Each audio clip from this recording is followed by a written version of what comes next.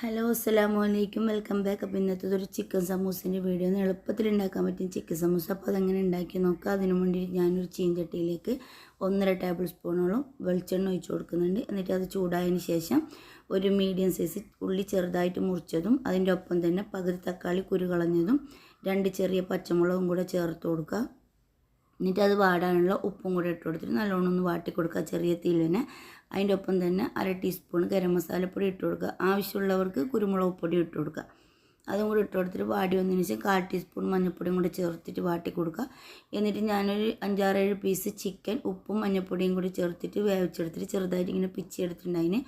അതും കൂടെ ഇട്ട് കുറച്ച് കറിവേപ്പിലയും മല്ലിച്ചപ്പ് ഉണ്ടെങ്കിൽ അതും കൂടെ ഇട്ട് കൊടുക്കുക. നമ്മൾ മസാല ഇവിടെ റെഡി ആയിട്ടുണ്ട്.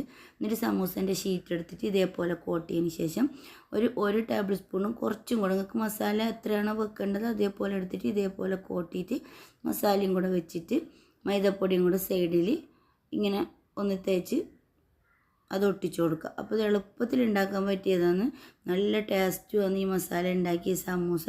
അപ്പോൾ നമുക്കിപ്പോൾ നോമ്പിനെല്ലാം ഇത് നോമ്പിൻ്റെ മെയിൻ താരം സമൂസ തന്നെയല്ലേ. അപ്പോൾ ഇതൊന്ന് ഇങ്ങനെ ഉണ്ടാക്കി നോക്ക്.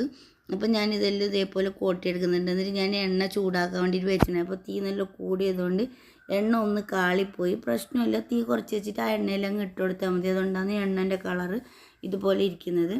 അപ്പോൾ ചെറിയ തീയിൽ തന്നെ ഇട്ട് തിരിച്ചും മറിച്ചും ഇട്ട് കൊടുത്തിട്ട് സമൂസേൻ്റെ ഷീറ്റ് പെട്ടെന്ന് അത് മൂത്ത് വരും. അപ്പോൾ തീ കുറച്ചിട്ട് തിളച്ച എണ്ണയാകുമ്പോൾ തീ കുറച്ചിട്ട് തന്നെ ചെയ്ത് കൊടുത്താൽ മതി. അപ്പോൾ ഞാനിതെല്ലാം സമൂസ ഇതേപോലെ ചെറിയ തീയിൽ തന്നെ വെച്ചിട്ട് ഇതേപോലെ ഒന്ന് പൊരിച്ചെടുക്കുന്നുണ്ട്. അപ്പോൾ എളുപ്പത്തിൽ ഉണ്ടാക്കാൻ പറ്റിയ നല്ല ടേസ്റ്റ് ആയിട്ടുള്ള സമൂസയാണ്.